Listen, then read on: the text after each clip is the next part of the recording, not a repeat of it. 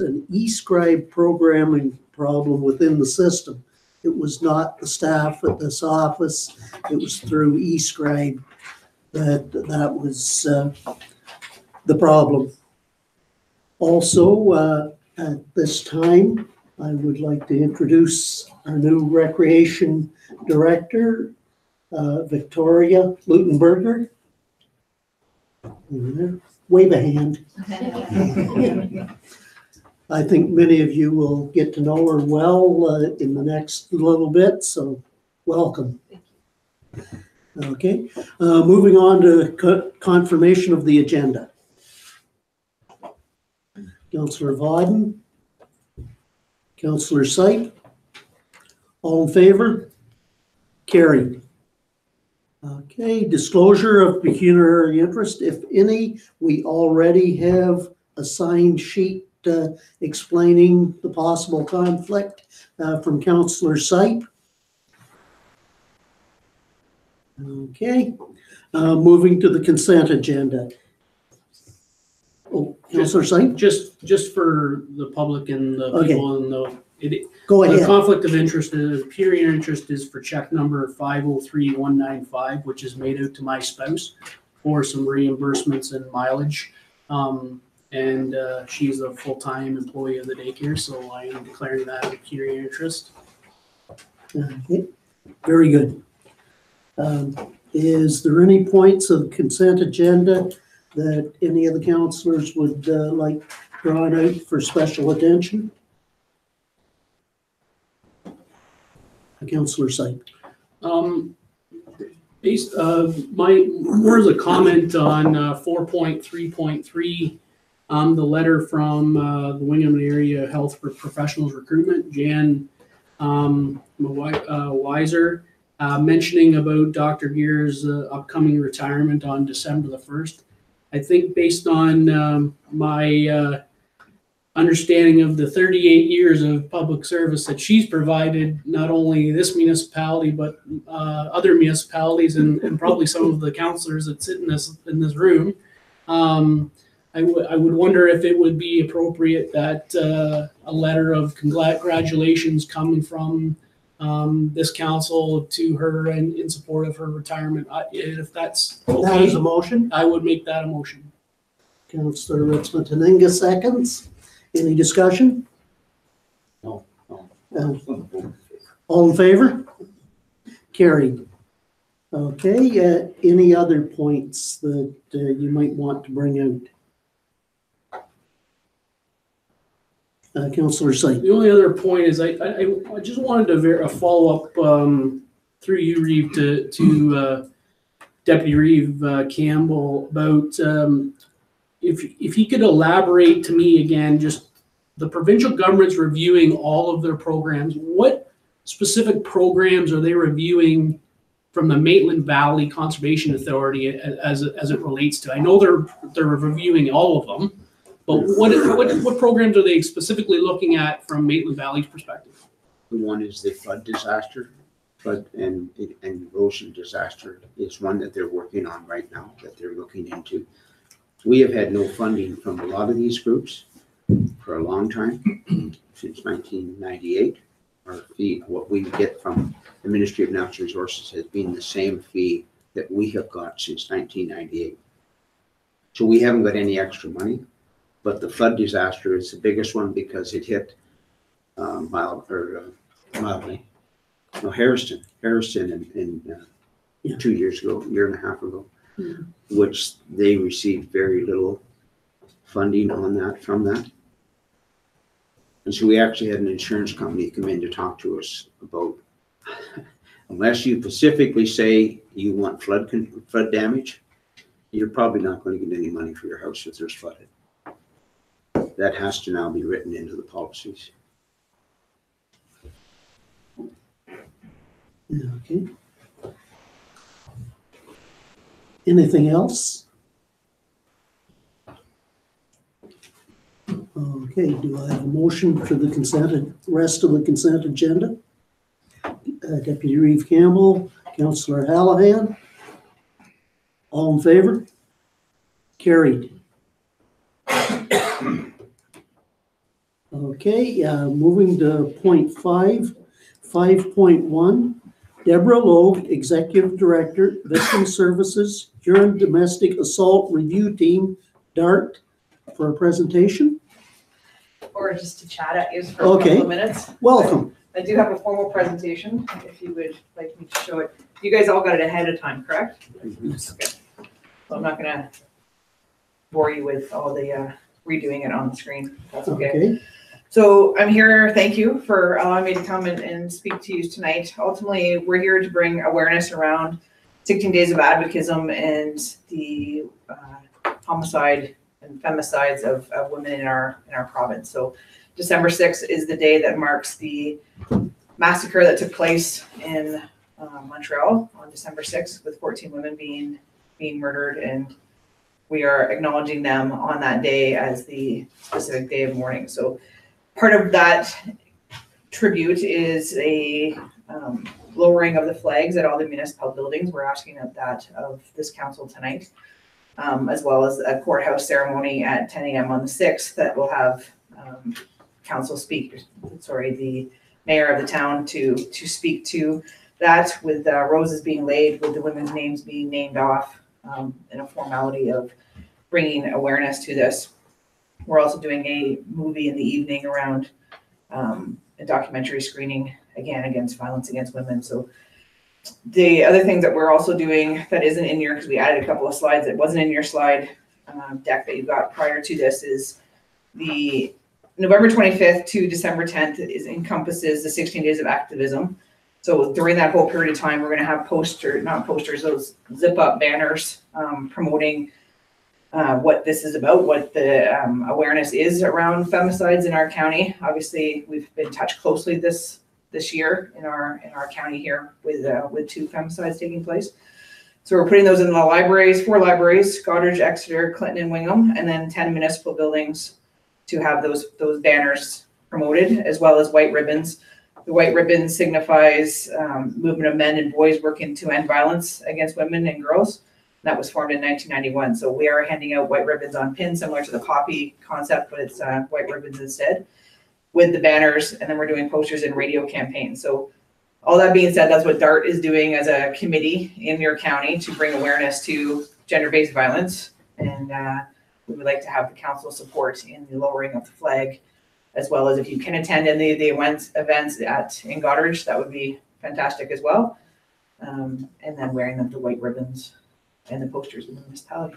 So that's the ask. That's longer than what I think you had in your pamphlet. I think you had just the flag lowering, but so I'm adding in the poster being up and the ribbons being available that we will provide. It's not, there's no cost to the council. It's just a matter of having access to your building.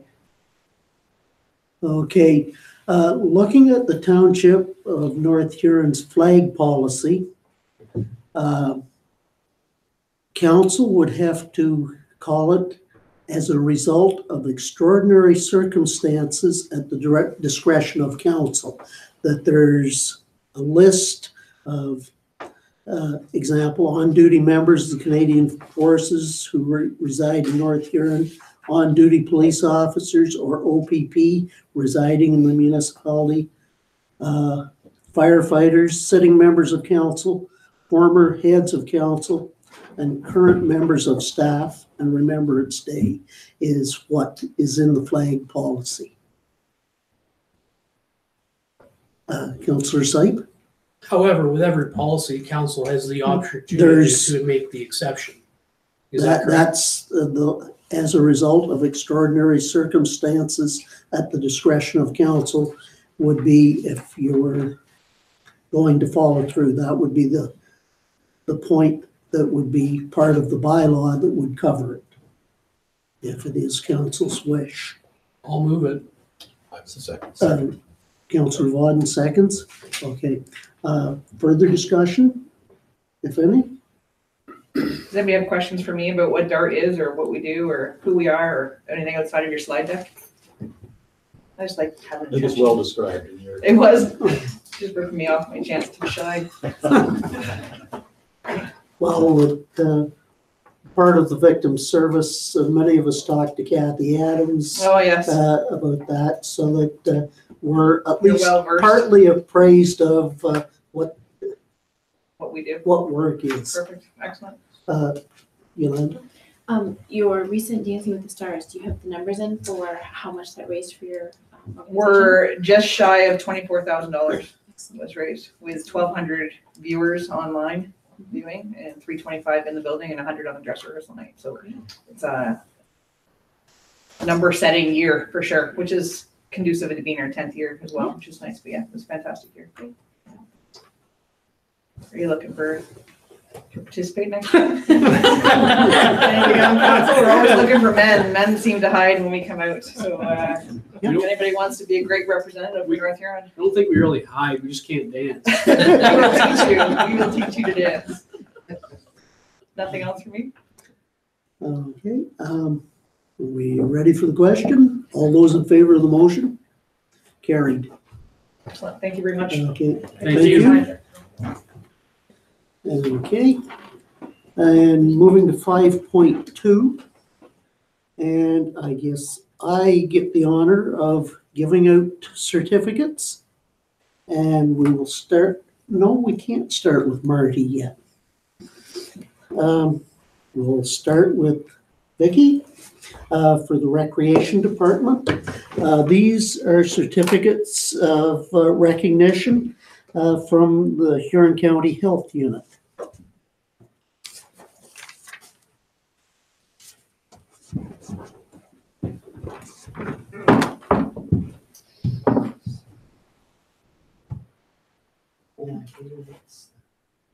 Certificate. They have updated them. Okay. Thank you. Very good, thank you.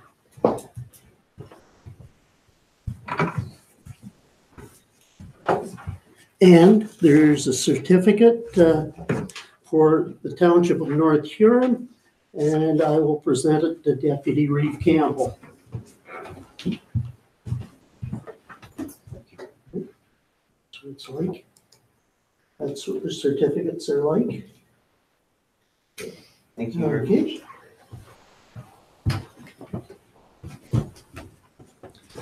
And there's one for the fire department. The chief will probably be here a little later and we'll get it then. Okay.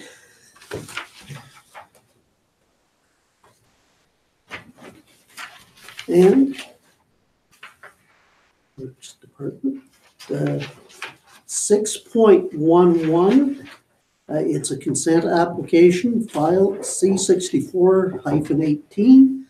Laura, do you want to elaborate? Sure.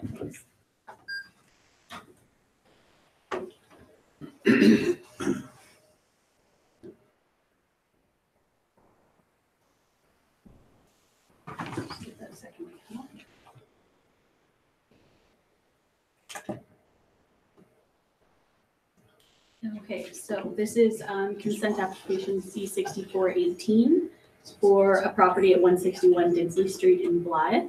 And the owners are Leanne Hugenblum and Alicia Burton, and the applicant is Leanne Hugenblum. Let's see if I can get the cover page to come up. There we go. So there's the information about the owner's applicant and the location of the property. So this is an application for a lot creation to propose to sever a current one parcel into two. The lot to be severed is approximately 3/4 of an acre and is currently vacant. And the lot to be retained is approximately 1/4 of an acre and currently contains a house and a small shed. So the property itself is zoned R1, residential low density, and is designated residential in the North Huron official plan.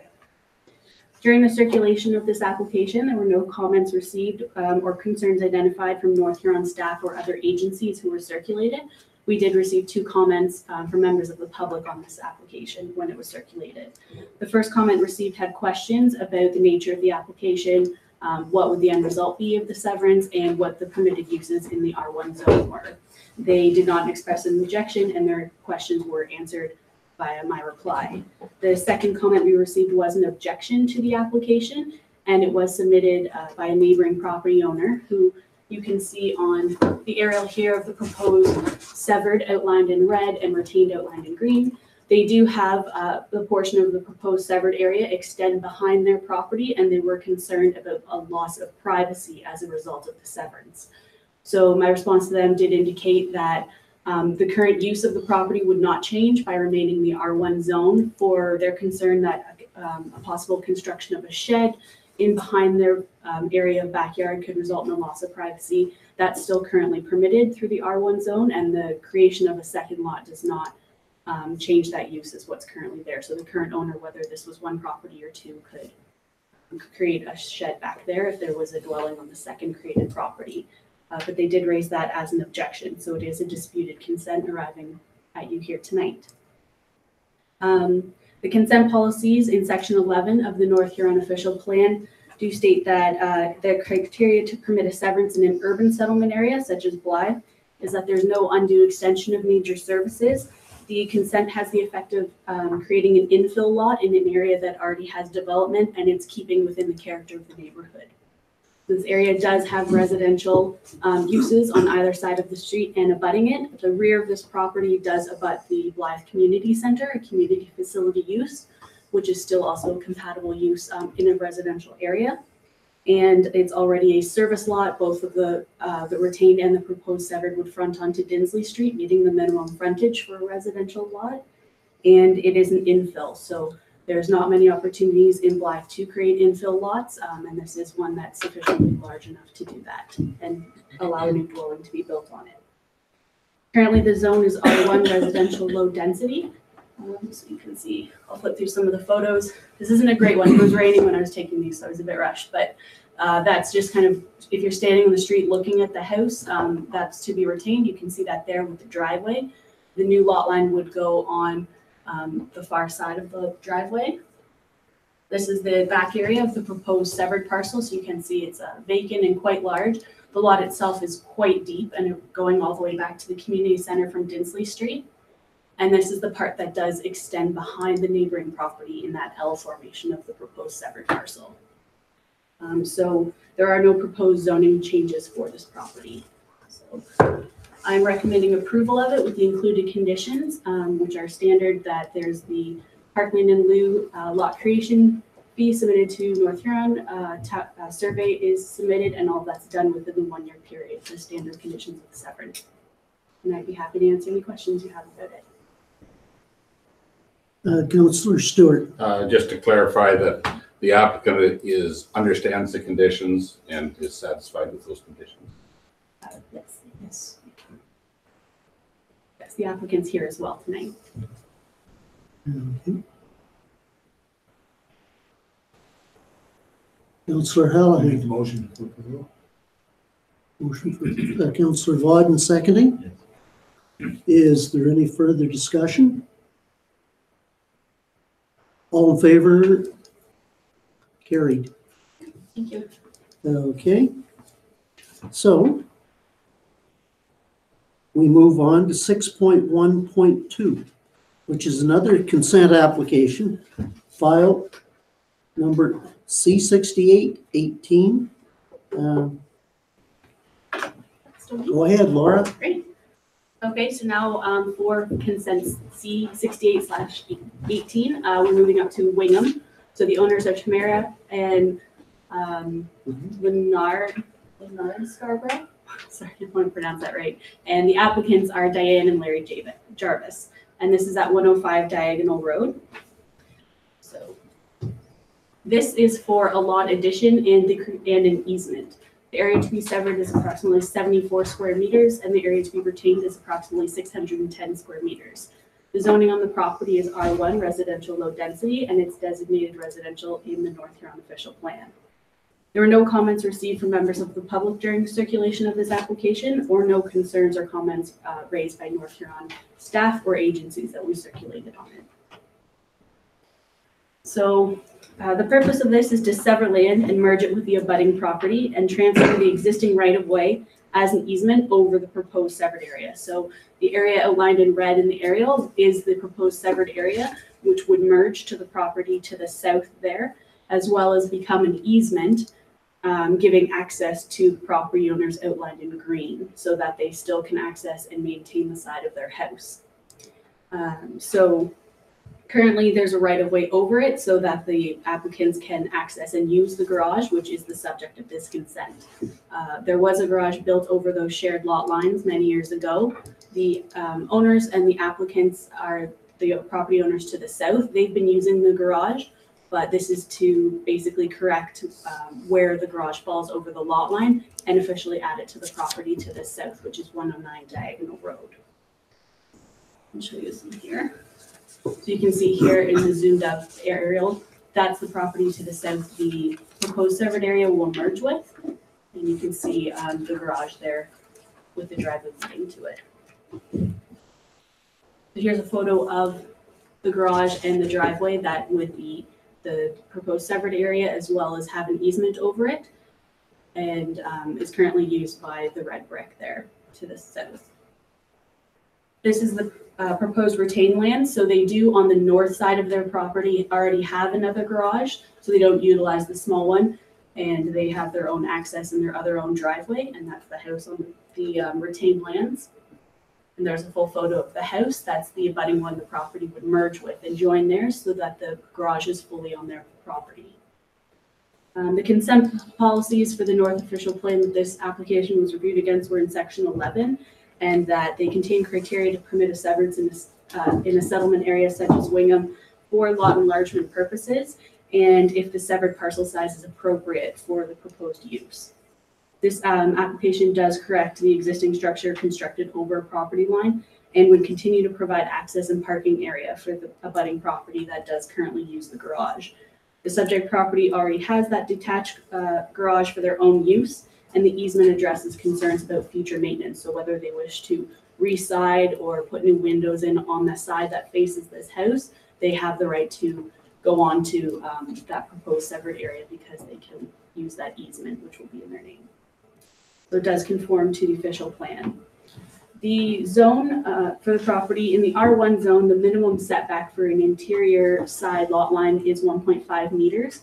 Currently, the house does satisfy that because it does have that additional portion of the driveway to the property by the reduction and severing off this section. So this driveway and where the garage is, it reduces the house setback under 1.5 meters. So it would be required as a recommended condition of this severance that they complete a minor variance to recognize that reduced setback.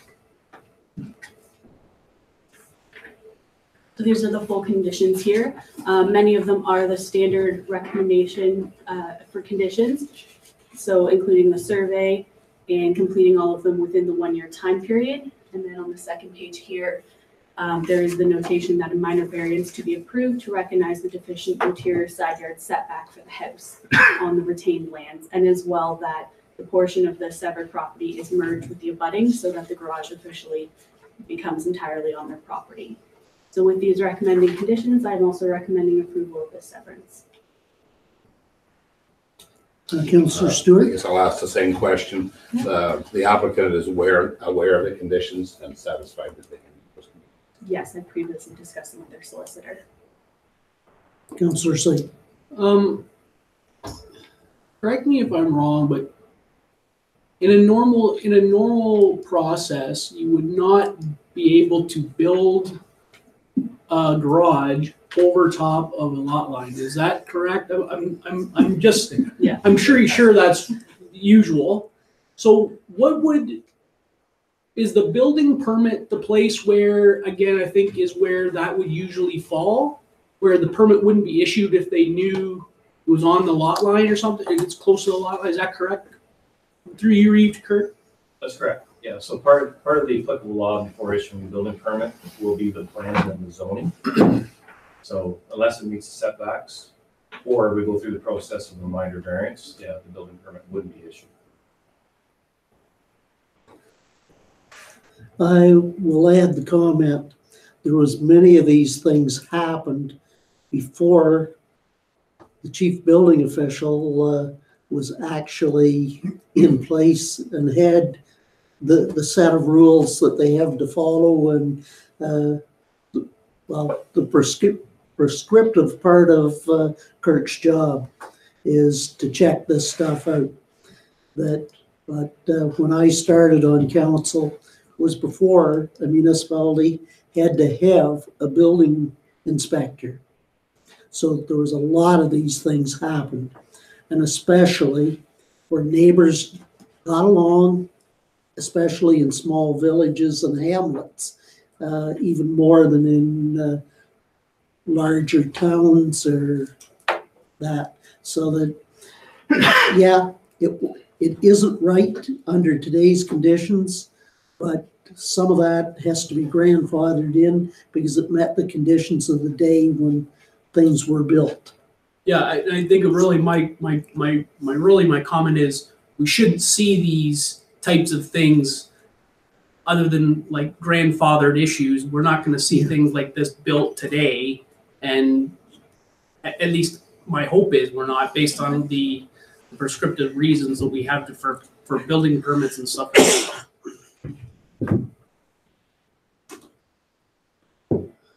I'll move it. Okay, Councillor Ritzman-Tadinga seconds. Any further discussion? All in favor? Carried. Thank you, Councillor. Thank you. Flora? Okay. Moving to the Finance Department. 6.2.1, the investment policy, Donna? Thank you. So last meeting, I brought forward to council a draft of the investment policy. And since that meeting, I met with our member of CIBC Investment Council to go over the policy and for any potential investments that we may make with CIBC in the future. So the intent of this policy is to allow myself to give authority to an external agent to act as an investment manager on behalf of the municipality.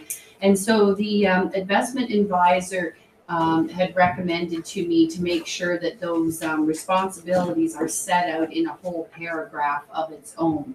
So you will see in the couple of changes that were made in this version compared to the first version is the addition under number 4 is a whole new section laying out some responsibilities of the investment manager. And then also a paragraph was added to the end of delegation of authority, outlining what I was just saying about the having an agent act as an investment manager on the municipality's behalf. And another small change was under reporting, just some cleaning up of some words. Under reporting, I had added a line where the treasurer would submit a report to council before making investments, and under there, the words current yields and risk profile were added to that section as well. So those were some changes, and as I said, once the new council is installed, then I would be bringing forward a report of the potential of investing some funds in a short term through to 2019. So does council have any further questions? This policy is under the bylaw section to be adopted tonight unless there are any further unanswered questions. Okay. Somebody want to move this? Councillor Stewart, Deputy Reeve Campbell, all in favor? Carried. Okay, moving to 6.3.1. Vicky? Thank you, Your Worship. The Blythe Memorial Living Tree Fund is a fund that was created by the community for the betterment of the Blythe and District Community Center. The fund is overseen by community representatives from several different user groups, and they meet on an annual or biannual basis, depending on what types of requests have been submitted. On October 17th, the committee met to discuss a request from the Blythe Lions Club to replace the time of day countdown clock, which is located on the scoreboard at the Blythe Arena. Staff have investigated the costs, and it's estimated that the clock will cost between $900 and $1,200. The committee has put forth a recommendation to council asking that the funds be dispersed from the reserve fund to purchase the clock. Councillor Vauden, I would so move. Deputy Reeve Campbell seconding. Is there any further discussion on this? That for those in the gallery, that the reserve fund is maintained at the township, so that when there's a request from it, council has to pass the motion to allow that to be removed from the reserve fund, so that's what we're doing right now. Councillor Vauden? The funds that are in are donations normally that are presented by users of the facility or other sources, where people have made a memorial donation for a loved one. And so it takes no money from the municipalities' funds. All those in favor of the motion? Carried. Okay, and 6.3.2, the Blythe Hometown Holiday Weekend. Nikki? Thank you, Your Worship. For the past several months, the Blythe BIA Committee has been working on the development of a new special event for the Township of North Huron. The new event will be known as the Hometown Holiday Weekend Celebration. The purpose of the event is to celebrate Blythe's community spirit and increase commerce in the community. The weekend event will be held from Friday, November the 30th until Sunday, December the 2nd in the town of Blythe. Staff received a request from the Blythe BIA to have council support the weekend celebration. The activities planned for the weekend will include, will be hosted at the Memorial Community Hall, the G2G Trail on Main Street, and the Blythe Lions Club Park. The request is that the fees that would normally be charged by the township for things such as snow removal be waived. And so it's only if it's necessary that those fees will be waived. The approximate cost of that is that it's estimated to be $720.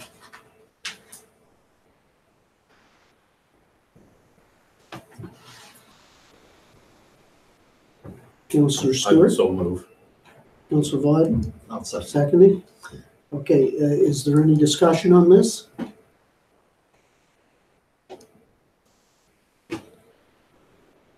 Councillor Syed? Just, I'm not exactly sure what they're talking about snow removal on the sidewalks, and I'm not sure who we would charge. Who we would bill? We would normally clear the sidewalks normally, would we not? I'm struggling with this sidewalk cost. If I might, I think they're talking of sidewalks are cleared in the morning. They would be kept cleared if need be. Is Sean? Yes, Reeve, I think the intent surrounding the discussion was normally, as Councillor Sypha said, Friday we would be doing it. Because this is a weekend event, we would have to look at absorbing the cost for that additional service, should we have to do it on a Saturday. Oh, we would do it a Saturday or something. Just by chance. Saturday and Sunday. Yep. Okay, good. Yep.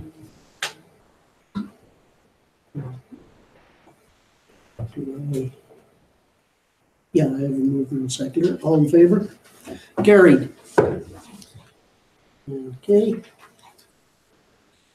Moving to 6.4.1, Sean? Yes, thank you, Reeve Vincent. The report before council has to do with the purchase of another used sidewalk machine. As council may recall, during the budget process, we decided that at $132,000 for a new unit, we would be better served to try to find something used. Part of the purpose was we were looking at enhancements to the service that we provided through sidewalk removal. We were able to find the earlier one that we had discussed was approved by council and purchased at a cost of $41,670, and that was for a 2006 trackless NT5. The unit's here, it's working well. Well, it's testing well. We're looking forward to using it, and it's been situated in Blythe for use this year. while we looked at our operation and the equipment during the prep period, we knew that the 1986 unit was getting weak. It's to the point now where I would go as far as to say spending any money on it wouldn't be in the best interest of the municipality. Their center articulating unit, the center pin is completely shot. There's just a myriad of problems because it's a 1986 unit. So knowing that we had underspent on the first purchase, we went back and looked at what was available online and found a 2011 MT6, which is the next generation up. 2,900 hours on the unit, comes with sander, snow blower, top dump for additional sand capacity, and a blade. He's got it listed online right now for $45,000. I asked one of our senior individuals to go down and look at the unit. He drove around the yard, tested it. It's in very good shape. We believe that it would be a welcome addition to the fleet, and should it be approved by council, the 86 would be decommissioned, stripped for parts, sold for scrap. And at that point, we have a 2003 and a 2011 servicing Wingham and the 2006 servicing Blythe. Again, these are units that are specific to municipal work, particularly sidewalks, and we think it would serve to be a notable enhancement to our winter control. Councillor Syed, I will move. Councillor Ritzma-Taninga seconds. Is there any further discussion? All in favor of the motion? Carried. Okay, moving to the street naming request in Blythe Rutledge subdivision. Sean? Yes, thank you, Reeve. As the report states, this is to do with the proposal for street names for the Rutledge subdivision in Blythe. The recommend or the requested names are for council now. Specifically, Street A, which is how it's been indicated on the plans, would be is the longer street that runs parallel to County Road number 4. The requested street name for that would be Gloria Street. The street running parallel to North Street, so it would be on the current plans, would be Rutledge Street. In going through this process, the developer followed all of the County of Huron processes. Specifically, it's a fairly in-depth process. They have to present 5 ranked suggested names, which are then vetted by our emergency response agencies and the county itself. So County of Huron 911 looks at it, and they send it off to emergency services as well as OPP. They're trying to make sure that there's not similarly named streets in adjacent communities or names that are particularly hard to pronounce or read or anything like that. Having gone through the process, the names that are before council tonight were approved and vetted by these agencies, and now it's at the discretion of council as to whether they want to accept the recommendations. Councillor Vauden? I think it's ridiculous having streets named by developers. Doesn't make any sense to me at all. Seems to me that that should be something that the municipality as a whole should have a policy on, not just at the county level, but in the community to ensure that the naming of streets is done in terms of some principles. It could be historical, it could be recognition of people or achievements, themes in the village or whatever. And I don't think you get that necessarily from a developer. And so I would, I'm not saying that we shouldn't follow through on this request, who Gloria was or what the purpose of that name is, but I think that one of our goals should be to establish an intelligent policy that will instruct all of our naming of streets wherever that occurs. And so that's my word for the future. I think that needs to be developed. Deputy Reeve Campbell? Through the Reeve to Councillor Vauden, there's a lot of the roads in East Wallnosh are named after people from the community. Yeah. and well thought out. Yes. And I think I really don't have a problem with this at all. This person has come in and he's designed something within our municipality. And I think it's going to be a great asset to our community when it's finished with this piece of property. If I may, I will make the comment that it is nice to have a development. And the developer owns those streets until they are at a level that the municipality can assume them. So that it would, in most cases, it would slow a development down by not being able to have those named by the developer. It is a common practice in developments that they vet with the different services to find street names that would not be having a conflict with other street names within a geographic area. Councillor Vaughn? Yes, I agree with that. I think it's absolutely essential that we don't have conflicts with similarly named streets in other municipalities, so within the county. What I'm getting at is back through our last many years since we've been amalgamated, there've been a number of streets named on very frivolous terms. And there have been important historical names that have been wiped out simply because somebody has a whim to put another certain name on it. I think we lose things when we do it that way. Not all of the street naming occurs in a large development such as the one that we're talking about in the north end of the village. I just think that we should have a policy on doing that, and if it incorporates the work of the developer, that's fine. That can be part of it. We can grant that privilege, but I think the municipality should have some say in how these streets are named.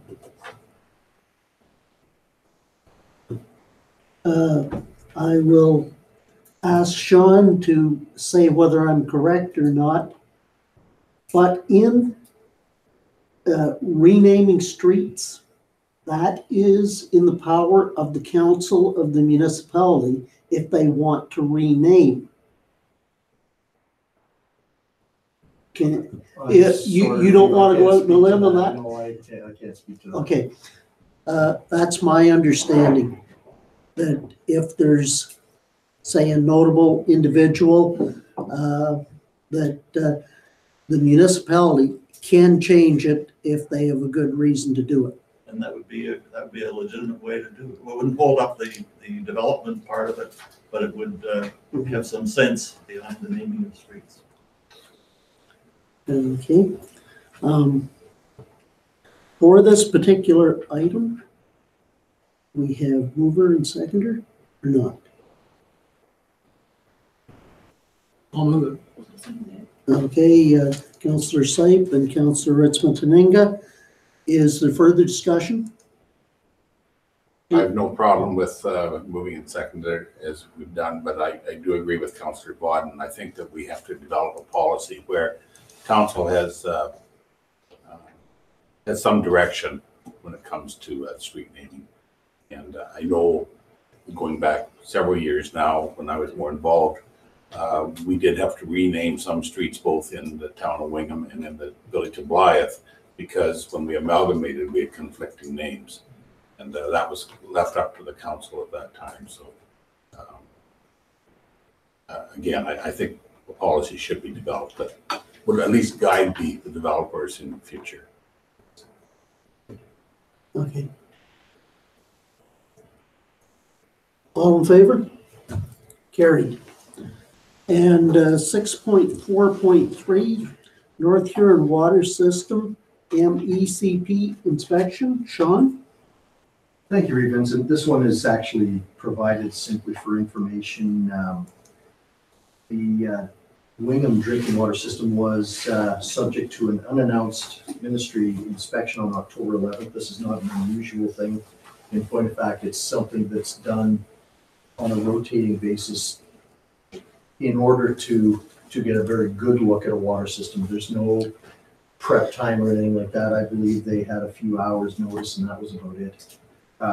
And very happy to report that they received a 100% rating on the inspection report, where on the inspection it went very well. I've appended it to the report, so if any members of council actually want to look through it, they can see all the information. But no, just something that was noteworthy and thought it was important to bring forward. Okay. Thank you. Just want to- Councillor Vaughn. That's a very extensive report. We batted 1,000 on every item. It's amazing. Well, we've worked hard to get there. Okay. Moving to 6.61. Oh, a motion on that. Ray? Deputy Mayor King. All in favor of the motion? Carried. Kurt, do you want to elaborate on the Belgrave Community Center complaint? Sure.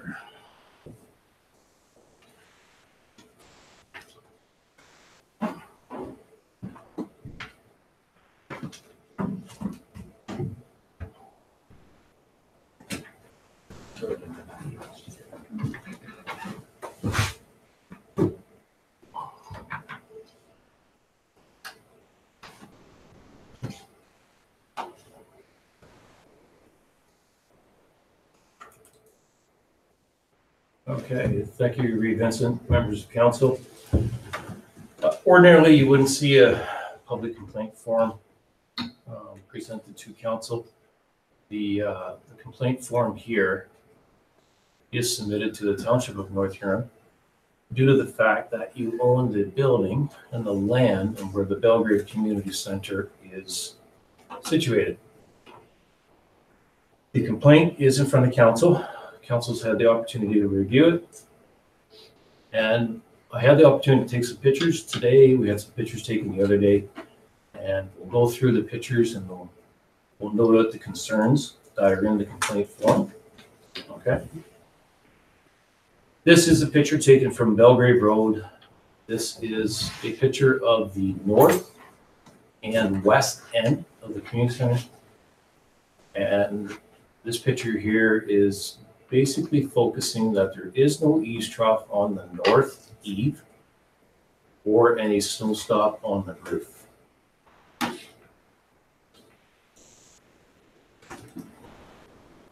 This is another picture of the north wall. I'm going to say proximity to the middle of the north wall. And again, just showing you that there is no eaves trough or snow stop on the roof. This is a picture of the complex from the south. And clearly we've got eaves trough on this part here. Downpipe into a funnel. Water comes down here into a big hole, maybe 6 or 8 inch in size. That water is directly west over the hill into the ravine area. And you can see there's snow stop on the arena part of the roof, as well as eaves trough here. This picture kind of looking to the northwest. This size of roof has 3 downpipe on it. It's a large roof, a lot of water. All of these pipe here are coming down the wall into a big hole, which I'm assuming is below the concrete pad here, heading directly to the west. It's about between 4 and 5 feet under the concrete. Right, okay. And then there's one downpipe here.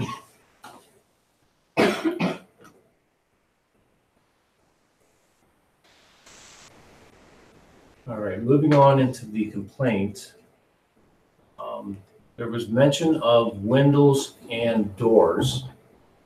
And the complex really only has windows and doors in the front part where the office is.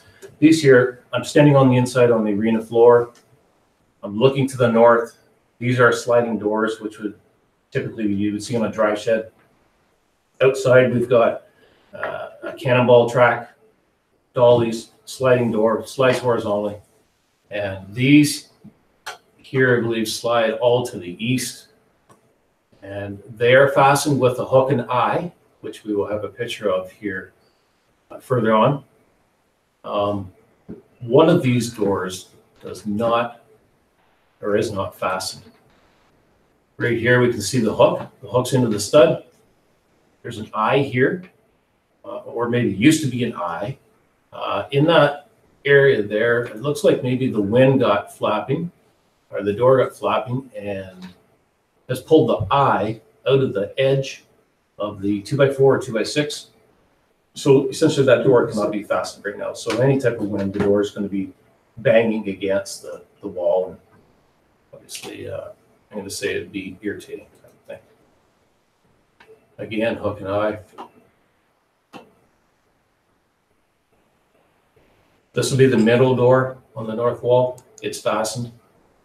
Noting this screen here, in the complaint form, it speaks to no screens on the windows. These are the only windows I can really find in the building, other than the office up front. We're not going to keep insects out. I think that netting there is very similar to netting that you would have on tennis courts or a trampoline. If that door is open, it should stop the birds from flying in. So certainly not any insects. And that would be the third door, I would think, on that north wall. Again, just indicating we have hook and eye on the doors, holding them shut. The complaint further goes on to rubbish and debris, waste. These are pictures at the west end of the lot at the ravine top. We do have some dead branches, which can be cleaned up in a short time. Again, dead branches here. And maybe they've been put there over the years of maintaining the lawn. Instead of hauling them away, they're just thrown onto the ravine. So again, Those are all this year. this year, okay. So it wouldn't take a lot of time to get rid of that stuff. Again, another picture of dead branches accumulating to the west end. There was made reference to a fence. This fence here is on the north lot line. I'm standing at the west end of the complex. We've got a fence here, post, 3 guardrail, and this is a gate. The gate, I would say, is plumb. If we go to the property standards bylaw, it speaks to a fence that is relatively plumb. This fence here is maybe on a 6-inch leaning to the north, roughly. I didn't put a level on it. It's got to be close. And there's a It picture. might even be a little more than 6-inch lean. Yeah. And here's a picture just standing at the west end of the building, looking straight north.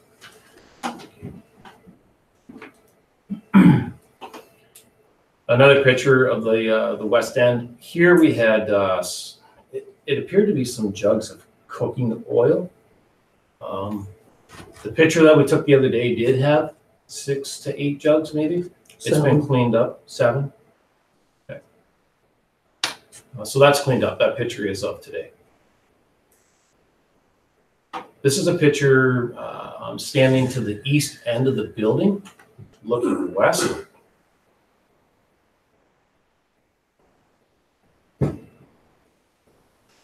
This is a picture of the front of the building. So we can see here that we've got a gap here, no caulking there, and this side is caulked. So what appears is the window frame here appears to me that it's sagging down into possibly a rotten wood sill. So with that creeping down, we have to do some maintenance there. It's a matter of caulking that. That will not take long at all to do. It's something that should be done. This is the windowsill on the large window at the front of the complex. Again, the caulking's broke away. It's old. Some minor maintenance. So I went for a walk into the ravine because there was mention of some debris in that area. Some of these pictures will be hard to show what I captured in the photo, but we've got one can there. A bottle. This here is a picture of the north side of the building. And the reason I took this picture was just to show council that there is no eaves trough here. There is an 8-inch overhang on this end. This is the east end addition of the arena.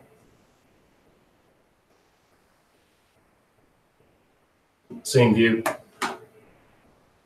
This is a picture looking west from the east end of the arena. There's not a very large overhang. So right now, all the water coming off of the north side of this roof will be coming down. It'll be falling onto this track cover, and or possibly running down the wall steel. So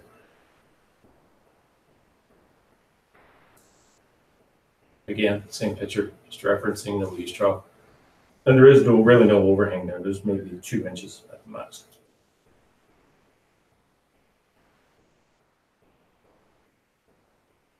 There's the cooking oil. As I mentioned, that's being removed.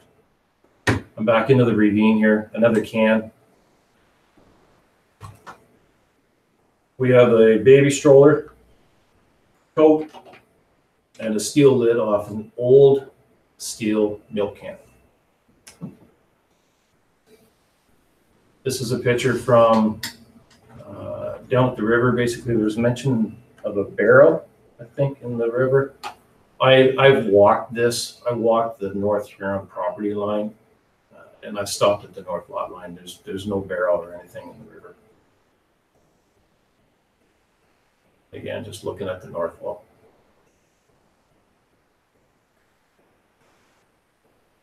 This here is in the ravine as well. So we've got a 4-inch piece of big old tile. That steel there, there's a couple of sheets of steel, some old steel eaves trough, and old steel downpipe. So there's enough material down there on the bank to certainly go down in there and clean up.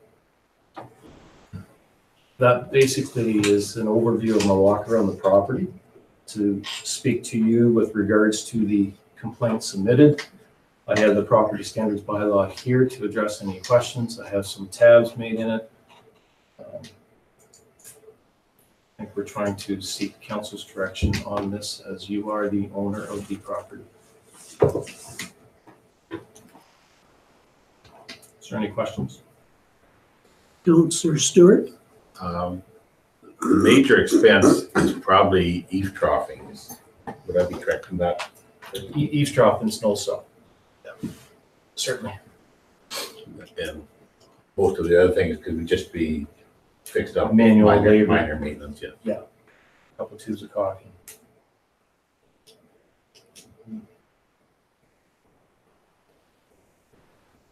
And with your expertise, ballpark figure on eaves troughing and When I was installing eaves trough, I think it was approximately $6 a foot installed. That's downpipe was the same. Okay. There'll be an extra cost for you should put eaves trough hanger brackets, which will go from the front part of the eaves trough up onto the steel roof. Add some strength, and that would be for 5-inch seamless aluminum eaves trough. Here, it's going on a steel building, but if both sides are painted, there really shouldn't be any corrosion. It should be fine. I did not put a tape on the life of the building. no. Councillor Vauden? It seems to me that there are responsibilities here for the municipality and some for the users. But in terms of maintenance and housekeeping, Certainly, I think everything that we've noted in the pictures would require some attention from the property owner or whatever's in place with the Belgrade Community Center or contract. Councillor Hallahan? So the events, so what's the procedure here? Well, The Belgrade Community Center Board? the community center board had made arrangements for eavesdropping to go on this week. When we contacted the neighboring property owner, while there's a 15-foot easement for the community center, my knowledge is that he asked for another 7 days before he would give permission for workmen to go on and put the eave troughing on. That is the holdup trough, or else it would be done this week.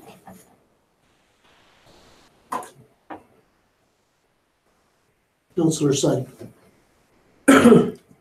What I seem to think here is not necessarily negligence. However, we do need to, there does need to be a process in place for an annual walk around or walk through our infrastructure to ensure that this type of stuff doesn't start to maintain or doesn't start to consider to be excess. You know, I obviously understand there's things that we can't control. Like some of that stuff in the ravine, we may came from the municipality, it may not have. We have no idea. However, we are still responsible to make sure that we are a good neighbor, and I think we need to do those things in an appropriate manner. The one thing that I will say is you know, the Belgrave Community Center Board should not be responsible to walk the premise unless it's in the agreement that says they are responsible for the premise. And right now, based on what I understand, is it's still our building. So we need to make those arrangements and that with regards to Public Works or whatever, whoever the responsible period is, to make sure these things are documented and then dealt with in accordance with every other infrastructure that we have, the complex, the whatever. We have to have those things in place, work orders and stuff, so that we can understand when we have these issues that we can arise from. Okay, the one thing I will say is that BM Ross do an full inspection, especially structural on the inside and outside of the building a minimum of every 3 years, and that all work orders that they have issued have been complied with. The reason I'm answering this is that basically, I guess I've been on the Belgrave Community Center Board for 31 years now. Actually, 16 or 17 of them as chair, and so that the steel in the ravine, if it was from the building, has been there for over 25 years, because that is about the length of time that the current building has been the way it is. So that I'm not saying there isn't the little touch-ups, but yes. And the Community Center Board have passed a motion to take care of the eave trough. Councillor Syed. The other question I have is that I guess has the municipality, the Belgrave Community Center Board, or anybody relating to either one of those places had any knowledge or request of this information prior to receiving this complaint? Not to my knowledge. So the question is, it begs the question, why the complaint and not the conversation about, you know, I understand we as the municipality have been very clear on what we want done if you have a concern or an issue. The question I have is that, you know, I don't know if the intention of our complaint system is to bog us down in administration. Kurt and everything else has a cost to it. You know, if we have to start doing this to prepare ourselves for more complaints of this nature, the question really ultimately becomes, are we gaining any value for what we're doing? Because to me, it's a conversation where, you know, the message could be heard loud and clear, documented from a perspective, and communicated back to the person without necessarily a complaint. But if that is what council's direction has been about this complaint, because I know we have had lots of conversations about, you know, if you've got an issue or a service complaint, you have to put something in writing. And if that is the case, then I'm okay with it. But I'm fearful of the fact that, are we going to get more of these, and they're going to be up on that board when this could have been documented on the 19th of October and sent a response back to the person or the ratepayer or whatever by the 25th, saying we're expecting to get this looked after by X day, and it be done with. I just don't know the value in bringing, other than the notation of what we see. I just don't see the value in bringing to here, to council. That's to me. I just don't know the value here. That's a comment. I don't know what the answer is. Going to Councillor I think Hallahan. we're making it kind of complicated here, and the fact that we got a complaint, we've got pictures, we own the building, let's clean up the garbage and put each jobs on. We don't have to. It's our building? Yes. Let's clean up the junk. Who's responsible for that? Do we do, you know, is it the board or is it the municipal staff that does that, clean up that garbage? I think it's sort of maybe a shared responsibility in certain things, that if some of that is cleaned up, I would expect a pass at the landfill for what we have to take to the landfill, because it's a township-owned property. Well, let's get it cleaned up. Councillor Syed? But what I'm saying is, if we don't know, if everybody's questioning whose responsibility it is to do that, the agreement needs to be looked at to decide and put it in the agreement who is responsible. So that at the end of the day, we know, and we're not going to be standing here again in whatever time and look at each other and say, who is responsible for cleaning that up? Because then we can know who it is every year, every 6 months, or whatever the case may be.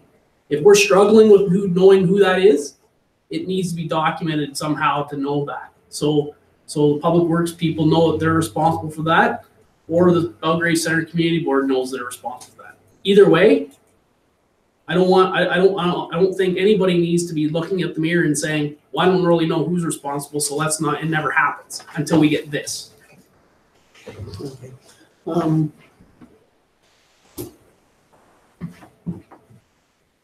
Understood, that, just so council knows, I believe it's in 2020 that the agreement comes up for renewal. So that it isn't that far away for the renewal. And that I know when we were going through township buildings with changes in the fire code, that building was the first one to meet all fire codes of municipal buildings that we had. Councillor So Hallahan. staff are still looking for directions as to how who's going to clean this up. I believe the community center board can do the pickup of the occasional can, the occasional bottle, get the steel, check the drain tile that goes down to the stream, that is done to avoid erosion of the hill there, so that I believe the community center board can do most of that. But I would think, because it's a municipal building, that taking what we pick up as far as steel or glass or anything like that, should be free at the landfill. I'll move it. So You again. seconding? Again here now, we're getting that cleaned up now. But we still have to we don't know in 7 days whether we're gonna be allowed on the property to put this beef troughing on, is that right? To my knowledge, that we got the answer back that he wanted 7 days' notice before we could go on to the easement to work on the building. Councillor Slade? But I guess where our conversation is, we're moving it forward. If in 7 days we aren't allowed on the easement, the response to the complainant is, here's what we've done. We're waiting for approval to get onto the easement to put the eave trough on. End of discussion. Like that's, I think we just, it's all about communication back to the complainant in my mind and say that we're continuing to move the process forward. If they don't hear anything from us, they have no idea what we're doing or if anything. So I think it's just a matter of that. So I'll move that we continually do what you have said, the community center board and look after and the eave troughs. But I just say we need to communicate back to the complainant if there's going to be a delay in that change. Second. Okay, Councillor Watt. In addition, Dirk was pointing out some structural problems it could be fairly major reparations, sagging structures and that sort of thing. That mostly is just in the windows. Yeah. And we know that is one of the things that will have to be replaced. And a lot of the damage and rot is the windows were not good enough when they went in, that there's been condensation on them and that has melted and ran down continually, so that it is on the community center board's radar. It just isn't one of the things that we're able to cost out, because the windows across the front of the community center there, 10,000, you wouldn't touch it at all. It may be towards 20,000. But this is the responsibility of the board, not the municipality? That in the agreement that the township has, that there is 10,000 dollars capital money from the township of North Huron for the improvements required to the building, so that it may be saving up a couple of years before we look at replacing the front windows. Okay.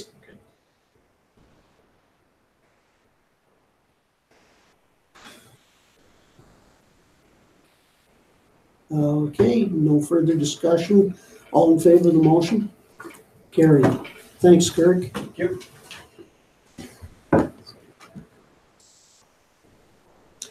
Okay, moving to 6.8 from the CAO.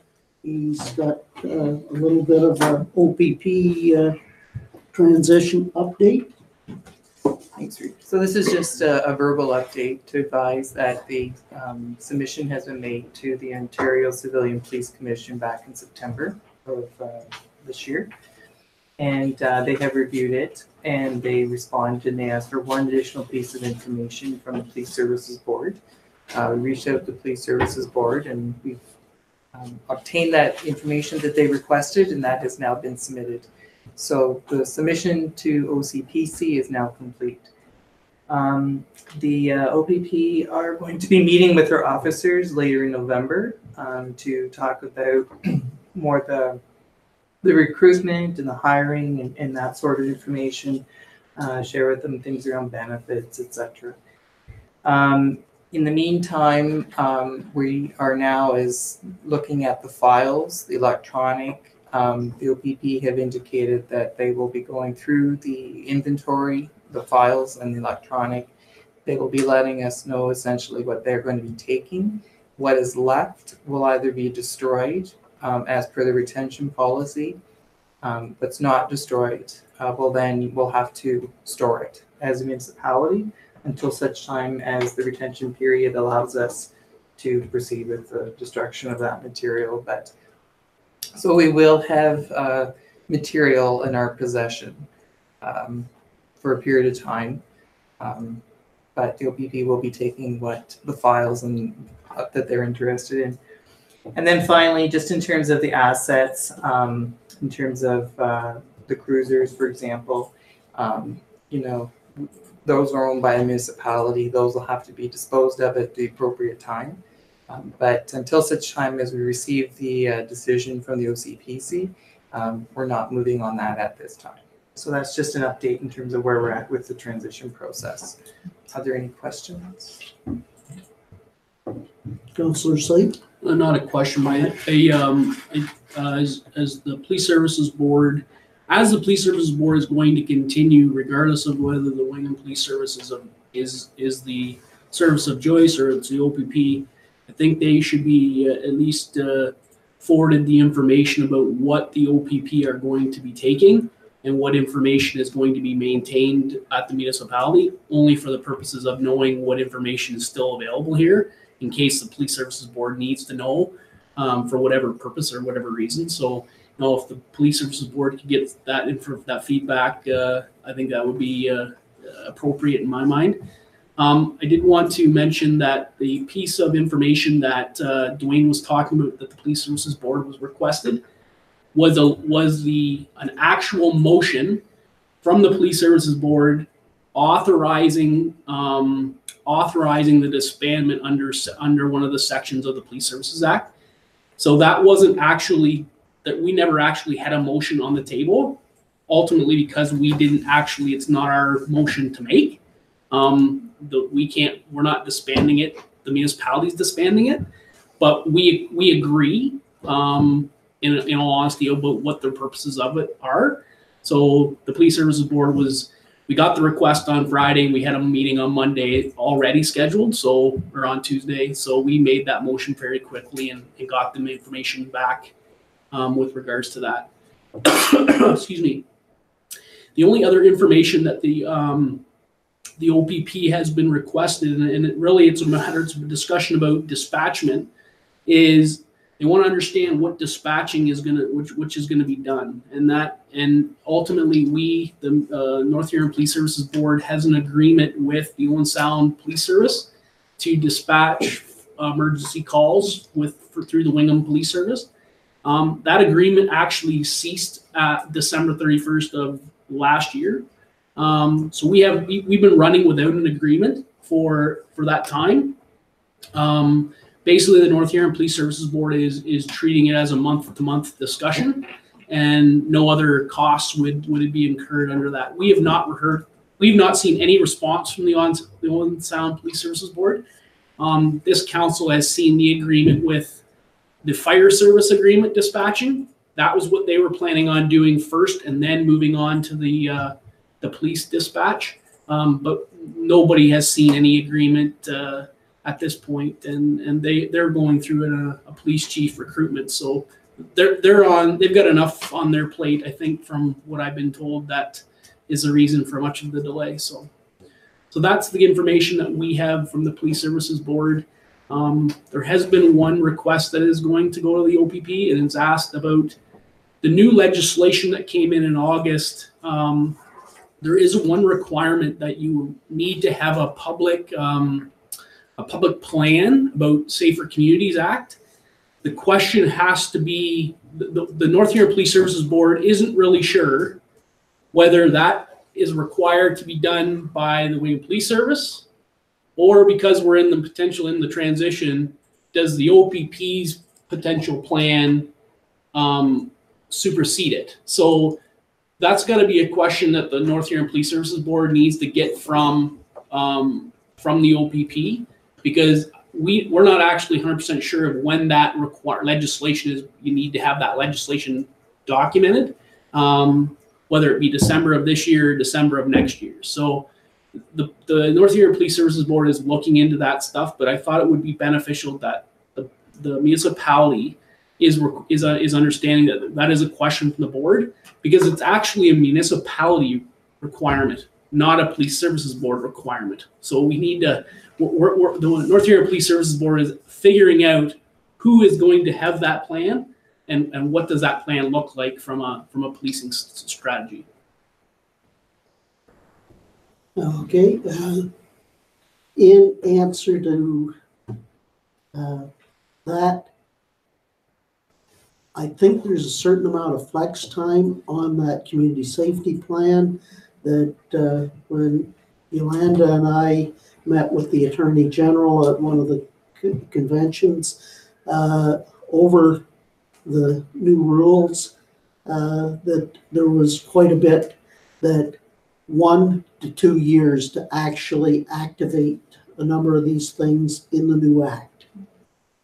So that, yeah, it's in the act, but the details are in the regulations that follow possibly 1 or 2 years after. Okay, thank you.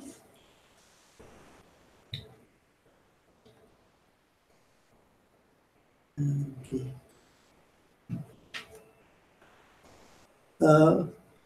Basically, moving to 7.1, the William Lyons request to close streets for the Santa Claus Parade, Saturday, November 24th, between 11 for a 2-hour duration. And Councillor Hallahan seconds. Yes. All in favor? Carried.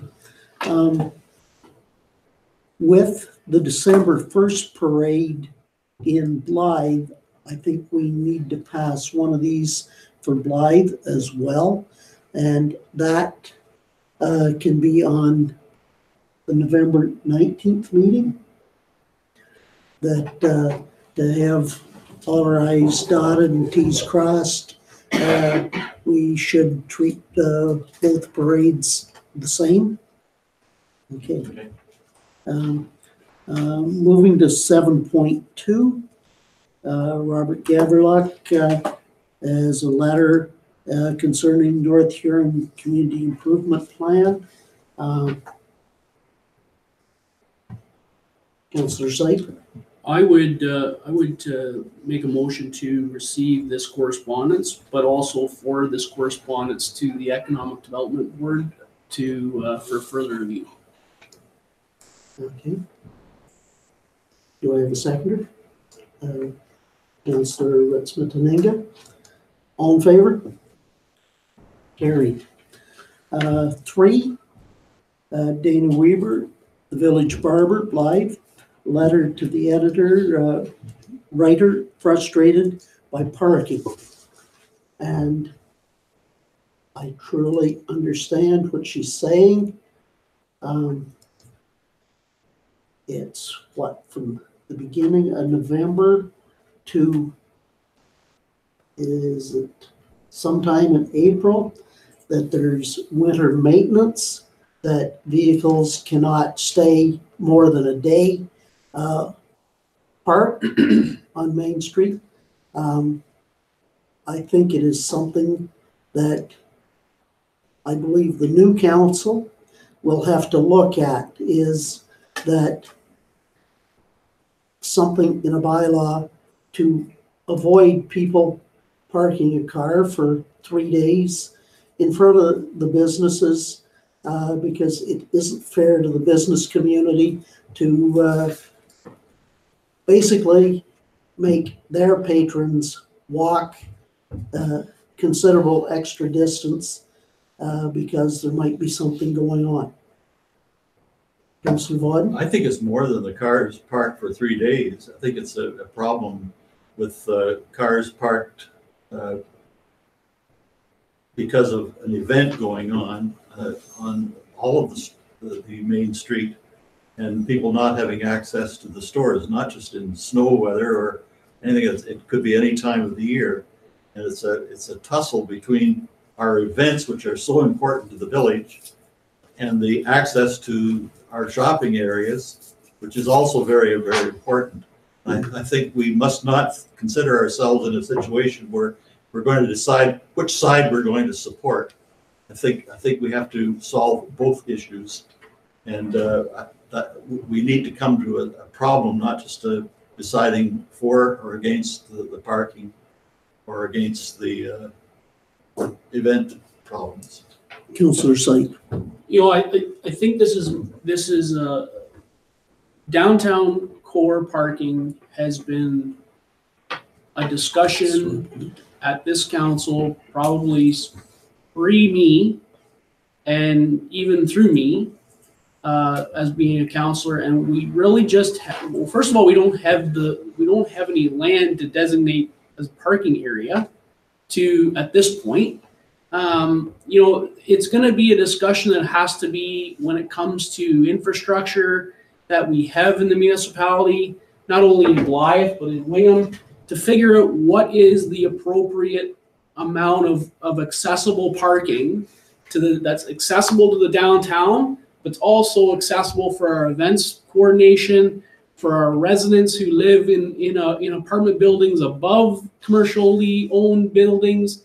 Like, there's a bigger issue here than just in the village of Blythe.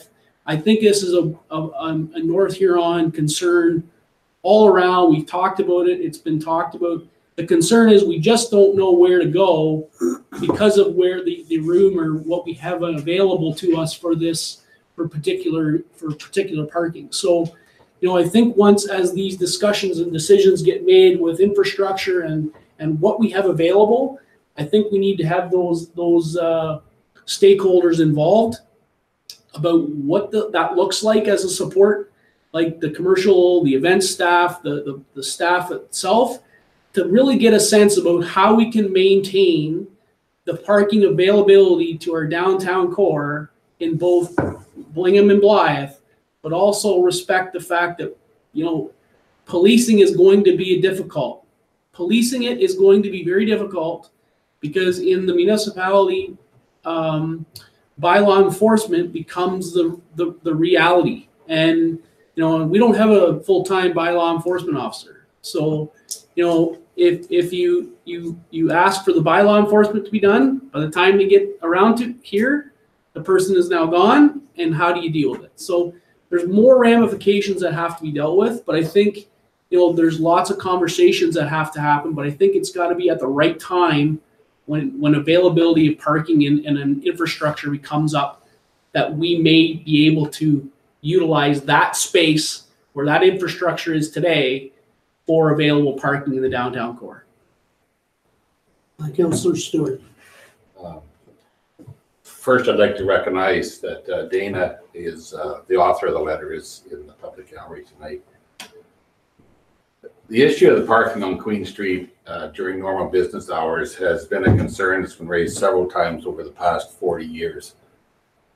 I remember my father owned a grocery store in the main street 40 years ago, and at that time the summer theater was just starting, and I remember his complaints when he came home that customers had no place to park. So it's been ongoing for a long time. And I know that different suggestions have come forward from time to time, but for one reason or another, they weren't acted on or couldn't be acted on. And also, in all likelihood, we're going to have additional businesses along Queen Street in Blythe. I'm assuming at some point the CIBC bank building is going to be sold and be turned into some type of business. And we also have the renovations on the building to the north of the Memorial Hall, which could very easily be 3 new businesses there. Events promoted by 1419. They've been more and more events coming up for the Memorial Hall.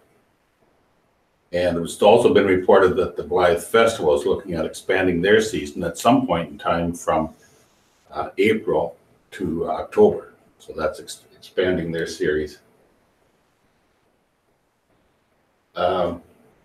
These events, each event has the potential of bringing in an extra 150 to 200 cars, and with limited parking. And I think everybody in the community is excited about having these events come to the community. Everybody, including our business people. But in saying that, the business people, they have their day-to-day operations. They are serving, for the most part, the people in Blythe and area. And if those people can't get to their businesses, then that hurts the business people. I think that, I think North Huron has to take a role in this of coordinating the parking issues. I think, at least for a start in Blythe, I think a group of the business people, along with Blythe Summer Festival and 1419, we need a roundtable discussion to talk about all the possibilities. There's no magic answer because we just have a limited number of parking spots, but I think we at least have to start that conversation. And just a suggestion that I'll throw out just to get the ball started, and this is probably without a lot of thought going into it, but perhaps we could have one side of Queen Street between Dinsley Street and King Street designated as 2-hour parking. And I just counted the parking spaces, and it takes up about 10 parking spaces. So if it's 2-hour parking, anyone that's going to an extended event, they're taking their chances by parking there. It might free up some areas for people going to those businesses. I agree with Councillor Sipe that somehow you've got to enforce that, and that is an issue too. So I think it is something that we just can't brush off. It's been done before, just brushed off, saying, okay, we'll look at it, we'll deal with it, nothing has happened. And I think with, as I said, the increased amount of business that's coming into Blythe, the increased number of events, the congestion is just going to get worse than it is now. So I would hope that we would, the North Huron would take the lead at some point in time to try to coordinate some type of discussions. Deputy Reeve Campbell. In another area along the same thing as Councillor Stewart has brought up, the post office. There should be a sign there for 15-minute parking only. And we have to enforce that, because when this event was on last week, I went into the post office to mail a parcel. And the lady told me that there had been older people that hadn't got their mail for 3 days because there was no place to park at the post office. And so I think we've talked about this before, and I looked to see if we had put one up here in Wingham, and there wasn't one put up here in Wingham either. But I think it's important, especially the post office, that we put 15-minute parking. And so it's something that maybe we can enforce it, but at least if the bylaw enforcement officers go through, he can enforce it. But the sign has to go up in order to leave. Councillor Bладden. I've been thinking along the same lines as John has in terms of the parking. I think that we should be looking at a technological solution to this. I think that we, in this day and age, we could put up cameras that would indicate when the car parked in the spot and when it was moved. And I could see that maybe at the one side of the street, or it could be both sides of the block between King and Dinsley, where from 8 in the morning till 6 at night, there's 1 hour parking, even not necessarily 2-hour parking, 1 hour parking, so that there's a constant flow of parking and unparking in that area, which people who are shopping can get into their store and out again in a reasonable length of time. There is a lot of technology available now, and it's probably very expensive, but it's worth it. We have to solve this problem, and there's no getting away from it. We can't say, well, I'm sorry, we can't look after this group because we have to look after that group. That answer is not acceptable. Councillor Hallahan. I think as Councillor Stewart said, if there could be some communication between these different organizations, because we have an arena down there, our community center down there, which I don't think is that busy upstairs, and it's maybe some of these events should be moved to the arena. There's an elevator there and everything. Why is it empty and everything's got to be at the hall? Okay, so I think just communication. That's all. Councillor Slate. So So I've heard lots of suggestions. What I'm not hearing though is how do we enforce it? Like it's fine to say, let's put some cameras up and have a 15-minute parking. But unless somebody is looking at it, and unless somebody hands that ticket that says you've done something wrong, we've just talked about a bylaw that would absolutely have no enforcement and do nothing to do anything. We understand there's the problem, but it's the conversation of enforcement that causes the decay of whether it's going to be acceptable or not. People are going to choose to take the risk, irregardless of whether you put the sign up there or not. And if it's going to be complaint driven only, no different than the discussion that we had out at the Tim Hortons in the County Road 20, unless there's a conversation about how we're going to enforce that, you're going to see no change in the discussion. I completely agree with Councillor Stewart's conversation about having the roundtable discussion and figuring out ways to solve the problems, whether it be shuttling, communication, whatever the case may be. We need to be a part of that discussion because we have to support it. But at the end of the day, everybody's going to be battling for the same spots. Not necessarily. They are. Because 1419 is a business that's running a business. They hold the lease to the community hall. You're not going to ask them to move it to a township building that then we get the rent revenue from and not them. Like, that's not going to happen.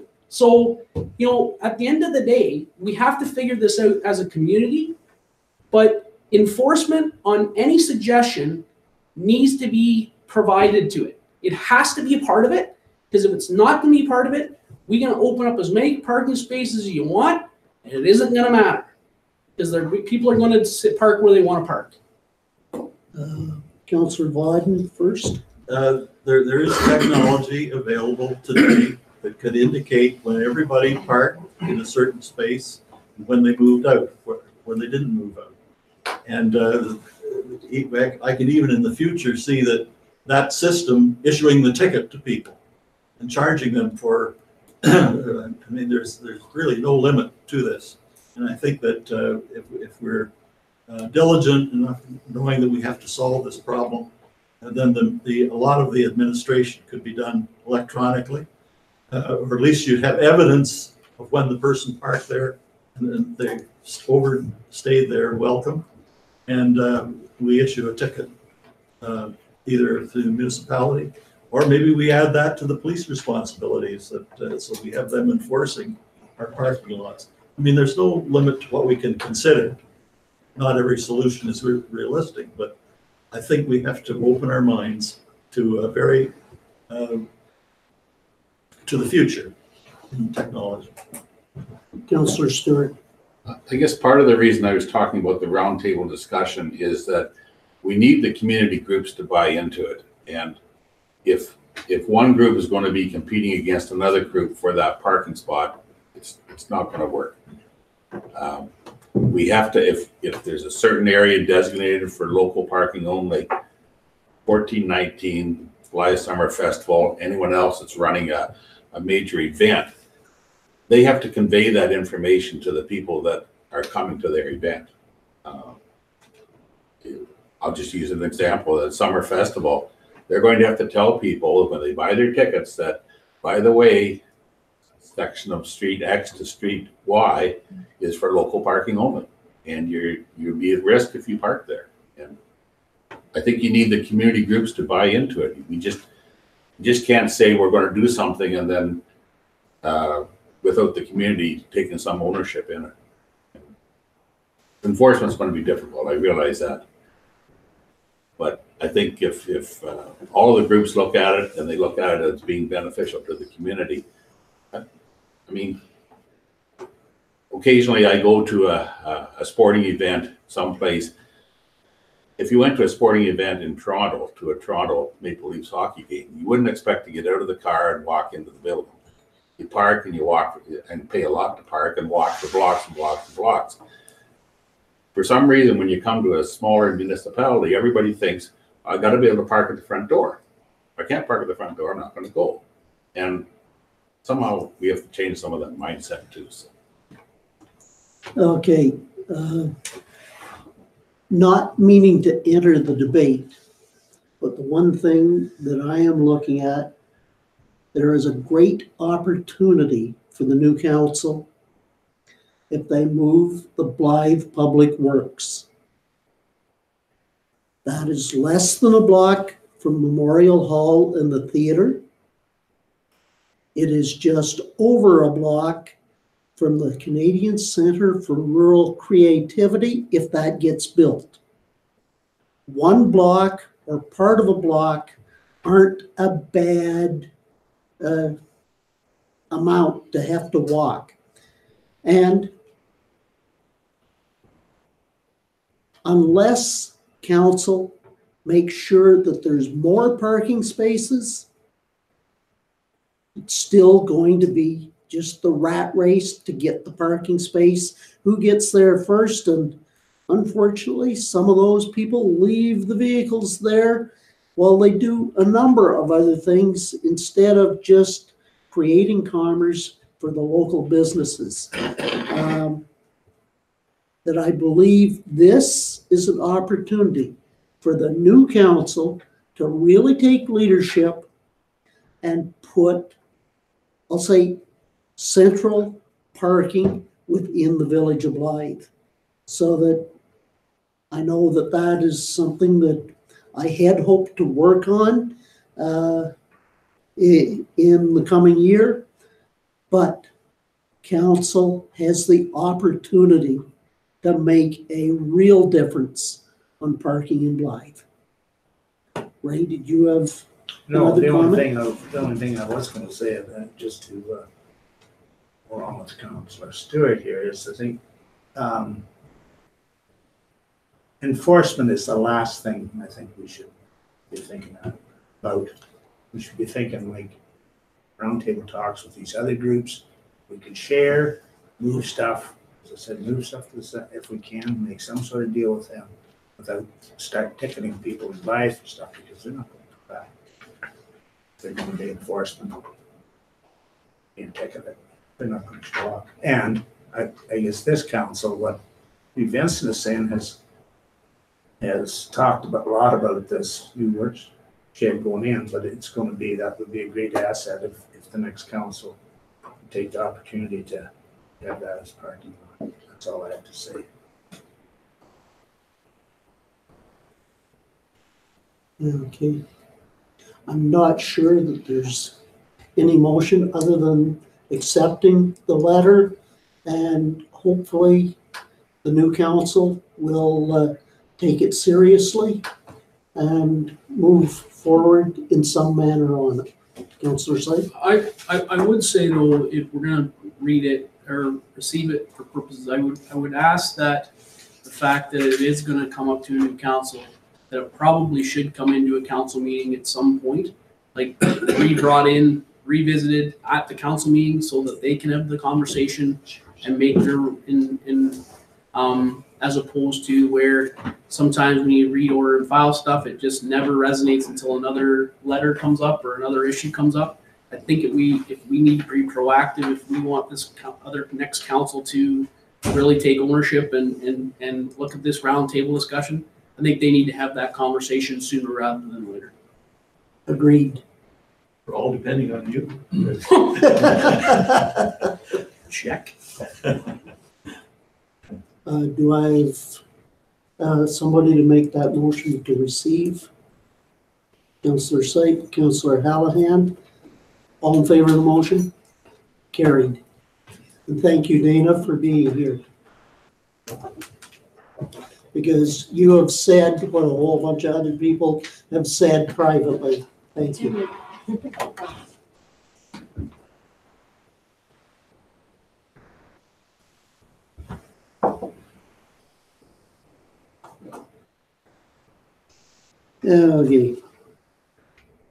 7.4, live North Street residents letter, proposed fire hall public works facilities.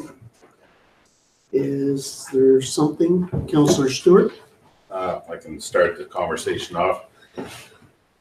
This first came to, or was first brought to my attention following the meeting in Blythe, candidates The meeting in all Blythe. candidates Yes. meeting? Yes. With some of the North Huron Street residents were there, and that was the first that they were aware that there was a possibility the new fire hall could be located on North Street. And some of them had some concerns. So I did ask them to put them in writing, which they've done. And I guess I also have some concerns based on the street itself, North Street. It's a narrow street. Presently, it's only half paved. It's only paved partway down. My biggest concern is firefighters getting from their homes down North Street to the fire hall in a timely fashion, and then getting large pieces of fire equipment out of the fire hall back down North Street to go to the fire, again in a timely fashion. And I think ideally,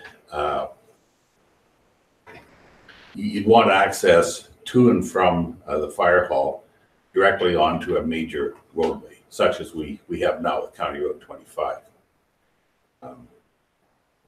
I know that in the past, when the fire hall was located on Mill Street, unfortunately, I'm not aware of any serious accidents that happened, but I know that from time to time there were some close calls with families or children that were in that residential area where we had firefighters either going to the fire hall or fire equipment leaving the fire hall, that because they were on smaller interior streets, that did cause some concern.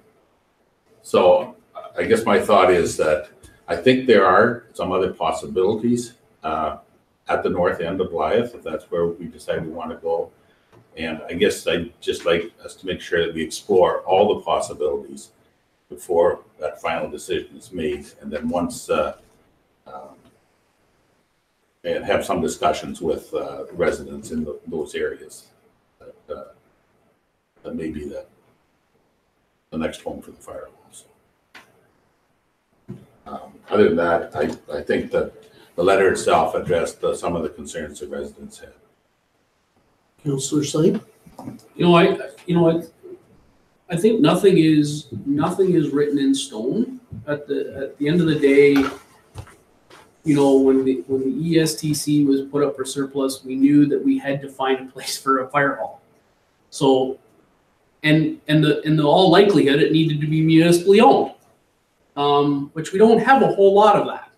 So the conversation all boils down to is, where does it fit best? And some of these things are going to have concerns no matter where you put it. And I think we have to take the information we got and vet it and try to make sure that we're making the right decision, not only for the municipality, but we're also understanding how we communicate that to the residents in the area where this development may happen or what. So I respect the fact that people are going to have concerns about where they are and street narrowing and all that come aside.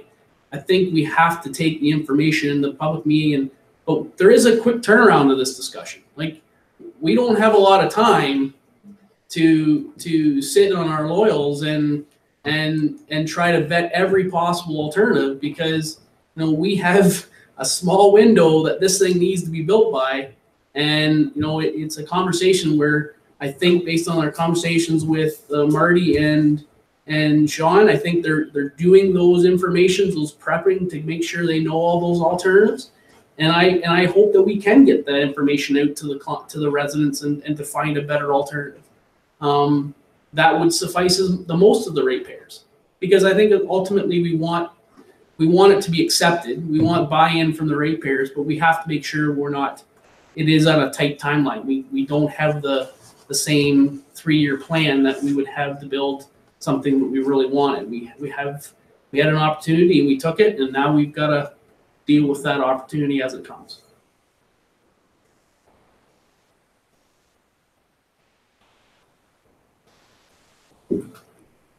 What would you like for a motion on that? that we received the letter and that we are asking staff to look at different possibilities.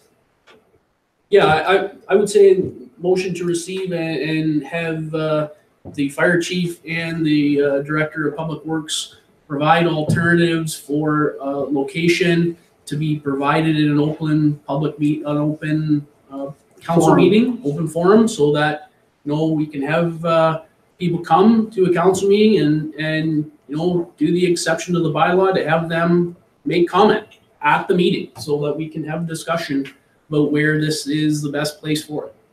Second. Okay, any further discussion? All in favor? Carried. Okay, council reports, that following our last council meeting, I attended the R2R conference in Blythe, October 17th, 18th, and 19th. Due to other commitments, I couldn't be there for all of the conference. County council and I had a Blythe Festival commitment for their meeting. Anyway, and on October 26th, there was a Township Cross-Border Committee met with our counterparts from Morris Turnberry for an interesting discussion, being that there was one person on each council that would be there in the new year. So that I think there was a number of good points come out of that discussion. And one of the things that has been really loved to do was I've been part of the Huron County Facility Review Committee meeting, and they are working that we're actually to the design stage of a new Huron County administration building because we had a study done.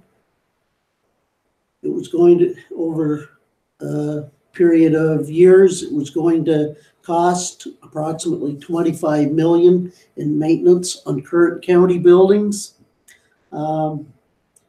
Basically, towards a bare bones, following the building code minimum, that it was probably about $28 million for a new county building.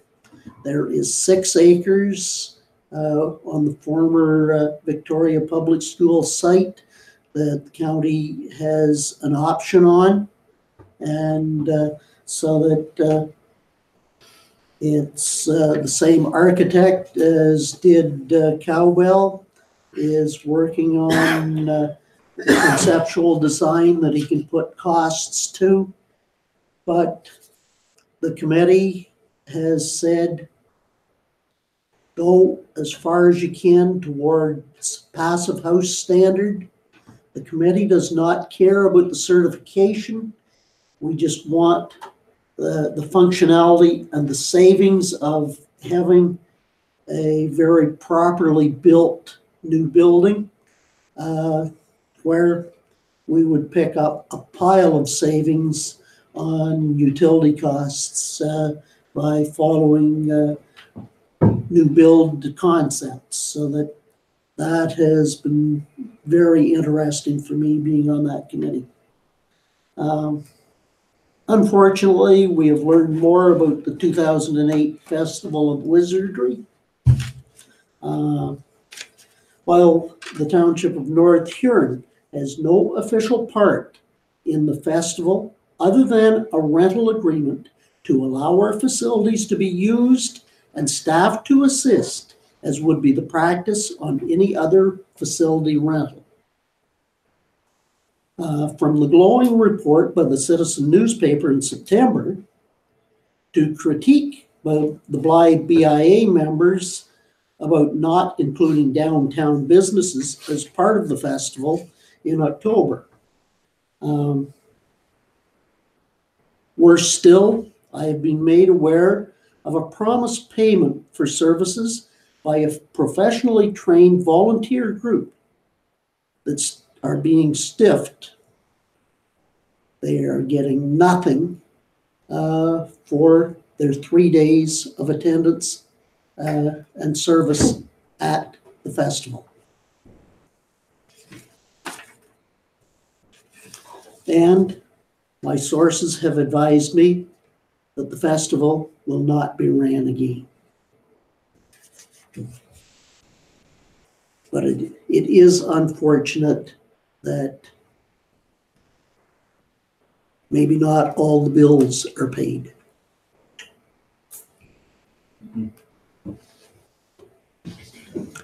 Okay. Going back to the R2R conference, probably the session that I found most interesting was having 4, I'll say, relatively young people from the north part of Huron County on a panel discussing how they got into doing what they're doing and pitfalls and things that they would advise other people in their own age bracket to look for. Also, there was a tremendous session on the Friday morning with more Huron County entrepreneurs. There was also one of the ladies was from Oxford County, but I think that would fit in with the agricultural reality of Huron County. I'll leave it to Councillor Vauden and Councillor Ritzma-Taninga if they want to make comments further. So I'm asking for council members if they want to make reports at this time. Councillor Vauden. In the first place, I'd like to commend the CHIPS organization. I'll be attending my last meeting on the 14th of this month. This is the organization that deals with, it's a committee of Huron injury prevention people. We have a group representing nearly every municipality in Huron County. Only a couple of municipalities don't belong. We have a representative from the Ontario Provincial Police and another representative from Transportation Ontario. And it's very interesting, the breadth of issues that this group looks at. So I'd be very concerned that the new council appoint a representative to that committee early in the year so that work will continue. The R2R conference was absolutely amazing. And I would just like to point out an offshoot of that came up last Monday. I was in Toronto and I was doing some research in the Central Research Library in Toronto. And in conversation with one of the researchers, he asked me where I was from. And I said, from Blythe. He said, where is that? So I proceeded to tell him a few things about Blythe. He got really interested. He kept digging, but tell me more, tell me more. And out of that is coming, I think, a movement of Blythe people, the R2R people, the theater people, all kinds of groups preparing an expose of Blythe in the Toronto library system. They have a marvelous facility there, a huge theater, so it could be quite a wonderful event. And of course, part of this was the fact that we had a conference in Blythe, a 3-day conference with people from all over North America. I mean, that was unheard of. The person that I was talking to comes from a small town in Alberta, a town that's dying. The people are leaving in flocks. The stores are empty, and he thought all small communities were like that. He wasn't quite prepared to hear about about Blythe. So I think we've got something going for us, and I'm looking forward to some of the future opportunities. And the R2R was a real feather in the cap of North Huron, and I'm so pleased that North Huron has supported it so well. That I will interject. Thank you. You got the speed sign set up. Yes. Councilor Ritzman-Tenenga? Yes, I also had the pleasure of attending R2R, and it's always very fun to connect with others from all over North America and the world who are interested in keeping small towns alive. But not only that, just the issues and the struggles that they have, and we're all the same. The challenges are the same no matter where you are. And a lot of excellent talk about attraction and retention, and how do you build on economic development, and what does that look like, and what are the future of these small areas and these small towns. And I think that we really do live in a very exciting place, because we are unlike any other, and we have a lot to offer, and we are sort of this little diamond in the rough that we can really brag about wherever we go. So it's very exciting that such a conference comes to North Huron. Councilor Slade? Yeah, I had the pleasure of attending the Wingham PV hockey team's Good Deeds fundraiser on Friday night. I took my lovely family for hot beef sandwiches and French fries, and we enjoyed an excellent meal again, presented on by Sue Doig and the group there. It was absolutely amazing to see an absolute full house of that, where the kids were doing the work, and the kids took ownership in this right from the start. They took the ownership. The parents supported them. The team has been supported throughout the municipality, not only from this municipality, but in other municipalities as well. And it's interesting that each one of these teams that go on to that try to get into this Chevrolet Good Deeds Cup, they pick a fundraising event or something that's important to them. And this Wingham PV team, one of their members has been diagnosed with type 1 diabetes, and they've surrounded themselves with information. I would suspect that those kids know more about type 1 diabetes than I will ever know, and they really resonated to the fact that this is important to them. It's important to the community. It's important to people to understand what juvenile diabetes means. I couldn't have been more happy to see the silent auction was an excellent. I heard preliminary that they made about $5,000 in a one evening for juvenile diabetes just from their silent auction alone. That doesn't stop today. That doesn't stop now. They're continuing their good deeds right till the end of the season. And I think the hat's off to them, and the hat's off to the parents and the community, because so often have I heard that North Huron doesn't support big events or community events, and I think we do support them. I think we sometimes there's a lot of them. And we all have to dig a little deeper, and we all have to talk about it. But they've really resonated, and I truly appreciate what they've done for the community themselves, and they're going to grow up to understand what community is all about in this town. Thank you. I'll make the comment.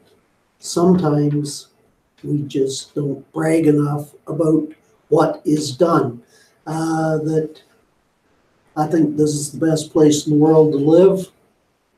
Councillor Biden? I'm sorry, I thought Trevor reminded me of something else that happened this past week. Okay. When I was in Toronto, I was attending a panel discussion from the Ontario Institute for Studies and Education. Now, this is basically a university department. Who would expect a bunch of kids running the show? But that's what I found. People are the greeters or teenagers, from 12 to 18 or 19 probably.